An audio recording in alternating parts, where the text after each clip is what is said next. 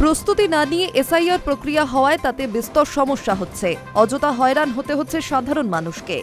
এই অভিযোগ তুলে ফের মুখ্য নির্বাচন কমিশনার জ্ঞানেশ কুমারকে চিঠি পাঠালেন মুখ্যমন্ত্রী মমতা বন্দ্যোপাধ্যায়। এ নিয়ে তৃতীয়বার সিইওকে তিনি চিঠি লিখলেন। এবার 4 পাতার দীর্ঘ চিঠিতে জনতার সমস্যার কথা সবিস্তারে জানিয়ে কমিশনের কার্যপদ্ধতি নিয়ে রীতিমতো বিরক্তি প্রকাশ করেছেন মুখ্যমন্ত্রী।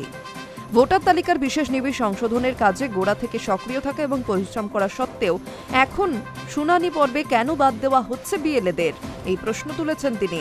পাশাপাশি বয়স্ক অসুস্থ মানুষজনকে বহু দূরে শুনানির জন্য যেতে হচ্ছে বলে গুরুতর সমস্যার কথাও মুখ্য নির্বাচন কমিশনারকে চিঠিতে লিখেছেন মমতা বন্দ্যোপাধ্যায়।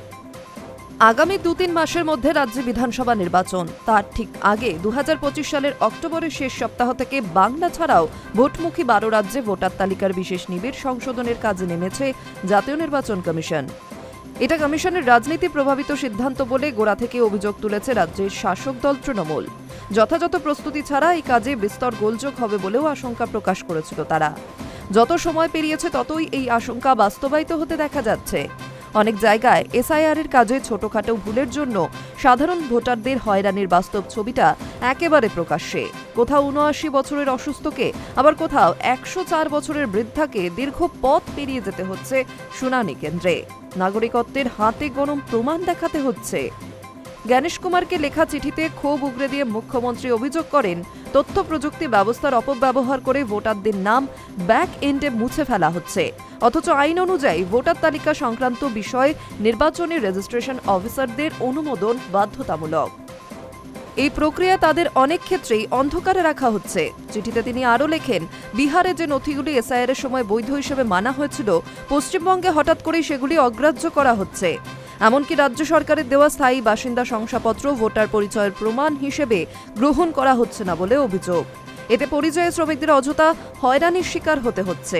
মুখ্যমন্ত্রীর আরও অভিযোগ, শুনানির জন্য ভোটারদের ডাকা হলেও কি নথি আনতে হবে তা আগাম জানানো হচ্ছে না।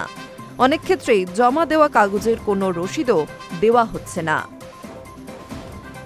এছাড়াও এসআইআর এর শুরুতে বিভিন্ন দলের বিএলএদের ভূমিকা ছিল অতি সক্রিয়। কমিশনের হয়ে কাজ করা বিএলওদের কাছ থেকে শুরু করে ভোটারদের এনুমারেশন ফর্ম পূরণ করতে সর্বক্ষণ সাহায্য ও পরিশ্রম করেছেন তারা। কিন্তু শুনানি পর্বে দেখা গিয়েছে বিএলএদের শুনানি কেন্দ্রে ঢুকতে দেওয়া হচ্ছে না। জ্ঞানেশ কুমারকে লেখা চিঠির এই নিয়ে প্রশ্ন তুলেছেন মমতা বন্দ্যোপাধ্যায়।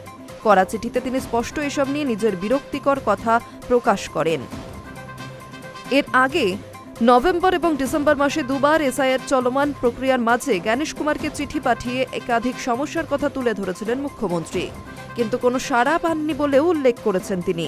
এখন দেখার মুখ্যমন্ত্রীর তৃতীয় চিঠি নিয়ে কী প্রতিক্রিয়া দেয় জাতীয় নির্বাচন কমিশনার। High news network.